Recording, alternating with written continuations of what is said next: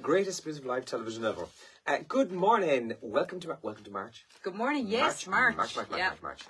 It's cold start again this morning. We'll see further rain and showers across the day today.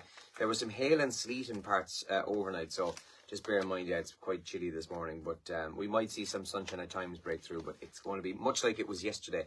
And I found yesterday there was a bite. There was a bite in the air. Yeah, yesterday. there is this morning too. Yeah, it is chilly out there. So tomorrow and Sunday are pretty decent, mind you. But today's going to be kind of the same as yesterday, really. Now, there's some of the stories we're waking to in our papers this Friday morning. Well, the Irish Examiner leading with a shocking and very sad story coming out of Gaza. 112 killed in Gaza. Food queue is a headline. Some very, very sad pictures there on the front page too. People carrying bodies on the back of donkey-drawn carts taken away from the scene of the latest massacre in Gaza, with health officials there saying over 100 Palestinians were shot dead by Israeli forces as they waited for an aid delivery yesterday. Horrible, horrible stuff. That's the front page of the Irish Examiner today. Also there in the paper, the government is to step up efforts to house asylum seekers by converting empty buildings and using prefabs within the coming months, according to proposals contained in the state's revised white papers. That's also in the Examiner's front page today. The Independent this morning talks about the roads in Ireland. 10 young people among the 19 who've lost their lives on Irish roads this month, that was February, as the death toll higher than this time last year. More than half of the people who died on the Irish roads were in their 20s or younger, including that young lad from Clare, Dylan Cody Coleman, earlier this week. That's in the Independent this morning. And Gardaí are investigating alleged bribery incident after reportedly approached by a League of Ireland player. Gardaí are investigating the alleged incident, which is arising from a reported approach to the player from around a competitive fixture on the opening weekend of the season. So that would have been 2 weeks ago, wouldn't it? Wow, yeah. So, yeah, that's pretty shocking because the League of Ireland has faced those allegations in the past. But it's kind of a shocking thing to think that that's potentially still going on, but that's in the Inno today. In the front page of the Irish Daily Mail today, budgetary watchdog just wanted front page headlines is the headline there. Pascal Donoghue has hit out at the state's budgetary watchdog for criticising what it called fiscal gimmickry in the last budget, with the minister describing this commentary as unwelcome and undermining. And Jerry Halliwell on the front page of the Mail today as well. Humiliation for Jerry, his husband's alleged text to woman leaked. So he's the head of... Sorry, am I right in saying the head of Red Bull? Yeah. He's the boss. Yeah. He had been accused of improper conduct in relation to a female employee, found that he had done nothing wrong, but now some of those emails and WhatsApp messages or whatever they are have been leaked. Yeah. Leaked to journalists, and he has come out of it not looking very good, apparently, and reports are that she's obviously not too happy about it. I should say Red Bull Racing in case Red Bull... Oh, yeah, sorry, Red Bull Racing. I was reading about it last night because I was actually watching the Bahrain testing yesterday, and I think just as the testing ended is when it broke, the news. Yeah. And it apparently came from an unknown email to people within the paddock. So which is another word for somebody leaked it. And nothing redacted. Nothing redacted. Everything, screen grabs of everything. Yeah, absolutely, yeah. Michael D. Higgins on the front page of the Star this morning. President leaves Áras in ambulance, the 82-year-old, to have tests, but in good spirits by all accounts in hospital. He felt unwell yesterday, and after a doctor visited the Áras, it was decided that the best course of action was to go to hospital just to be doubly sure, but it says he was in good spirits whilst it was all going on, so we wish him well and hopefully he recovers quickly. There's a lot going on the front page of the Star as well as that then. So Brian's back in the game. There's a picture there of John O'Shea and Brian Kerr.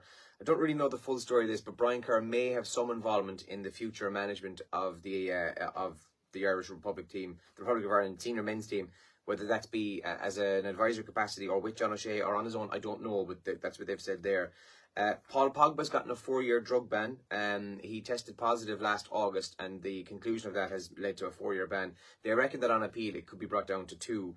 And then the best headline of the entire day, Pet Psychic says, I know where fungi is. And Shargar. What? So that's inside the Star today. I know where they are. I kind of know where they are too, do you? Yeah, I think most people know where they are. Yeah, pretty sure, yeah. What?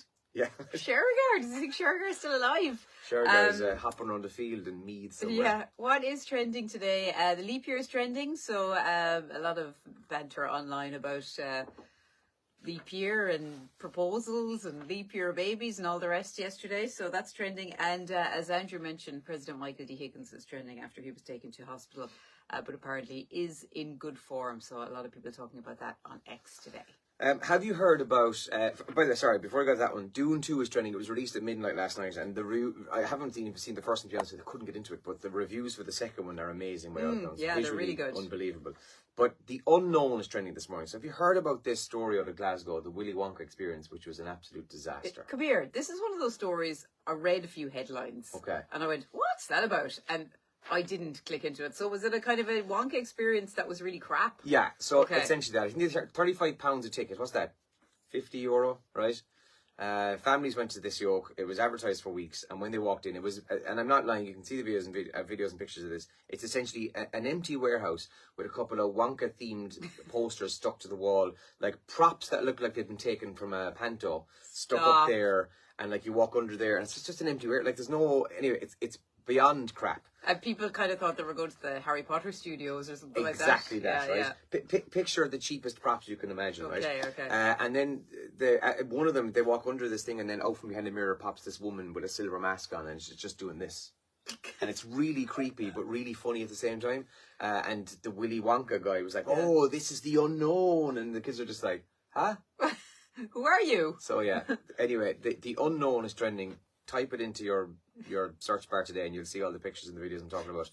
And crap. Please check out this Willy Wonka experience. It's genuinely the worst thing that was ever made. Oh ever. Man, I have to check that out properly. We've got a busy show today. We're going to be sending somebody off to the Dingles Gaelic Hotel on an overnight stay. We're going to be talking staycations. If you're one of our qualifiers and you don't win the overnight stay, you'll get a lovely lunch as well instead in the Dingles Gaelic. So really nice prize there. Lots of good music. We're going to all out 90s dance tunes after 8:30 this morning, and all our other usual bits and pieces. So we're looking forward to a busy show. Yeah, and if you have suggestions for an all-out 90s dance tune, and it must be 90s dance, I think we did get like Savage Garden and Truly Madly Deeply last week. No, that's not what we're looking for. That's not Slow dance. That's not a 90s dance tune. So we're going to do that after 8:30. Actually, sorry, I forgot the time there. After 8:30 this morning. We got Bon Jovi a few times too. Yeah. Bed of Roses. Unless it's a remix of something. We ain't playing it.